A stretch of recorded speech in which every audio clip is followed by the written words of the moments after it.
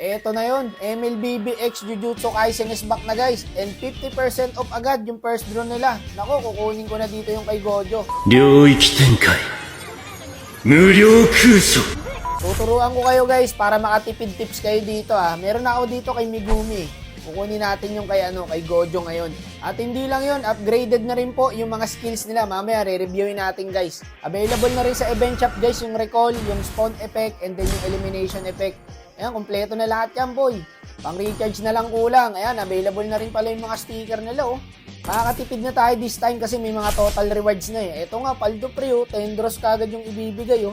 Dito talaga makakatipid ka sa premium supply. Yung phase 1 nila guys, August 14. Then yung phase 2, August 21. W, Moonton, may pa-recharge gift ka na pala dito. Pag nag-draw ka, iba ka na talaga, boss. Ito, paunahan lang to guys, mag-register from August 7 hanggang August 14. May palibreng recall ng Jujutsu Kaisen. Bukosing, iba ka na. At ito, re-reviewin na natin. Ito, gusto ko talagang kunin to eh. Kay Gojo.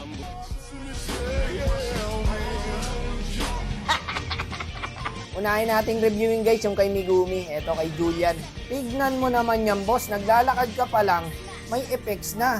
May nangyayari na boss. In-upgrade nga lahat. Pansinin nyo yung second skill guys. Parang ang laki na ng ibon. Tapos yung combo niya sa first skill. Tamo, parang ano na pre. Iba na yung effects eh. No? Ayun, magtataka ka par pag lumubog na siya, oh, tapos naglabas siya ng ibon, oh. Pang! Putik na yan, mabibenta mo talaga yung rep nyo sa bahay. Matik yan. Eto, pansinin nyo yung third skill, nadagdagan na yung tubig.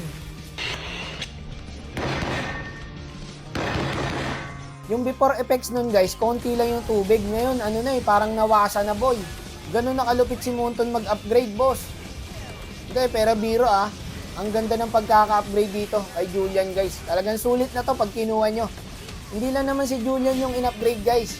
Yung 4 na skins talaga yung in-upgrade ni Moonton. Ngayon wala nang tapon sa 4 na skins. Pero ito pa rin yung pinaka-favorite ko guys kay Megumi. Ito kay kay Yin. Kay Yuji Itadori. Try natin. Ayun before and after niya. Mapapansin nyo naman guys eh. Makikita nyo naman yung pinagbago. Mas pinakapal niya pala yung mga effects guys.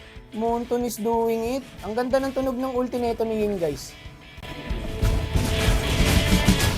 Benta talaga TV boss. Ito kay Melissa. Ito talaga matunog talaga to boss. Tignan nyo naman pinagbago ng effects. So makikita nyo guys eh. May detalye talaga na binago eh. Ano? Kitang-kita nyo naman yung diferensya eh. Diba? Malaki yung pinagbago boss. Sa bilog pa lang yun. Kita nyo naman Diba? Ang layo nung before. Tsaka nung after. Mas magandang effects ngayon. Okay ito. Panalo.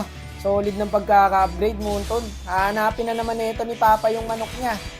Ito talagang kukunin ko boss. Yung kay Gojo Satoru.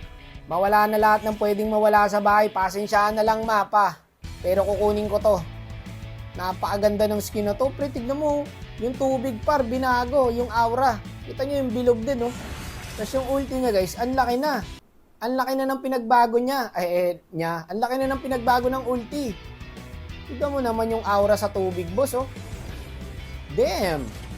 Kita nyo yan, boy? Auto kuha to, guys. At hindi lang yun, syempre. May random animation din yan, boss. Ayan, binago rin. Lahat nga binago. Ito yung random movement animation pa naglalakad sila.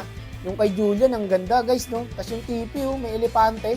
Ang galing mo rin talaga, Moonton, no? Baka may 5K ka dyan, boss. Pang recharge lang.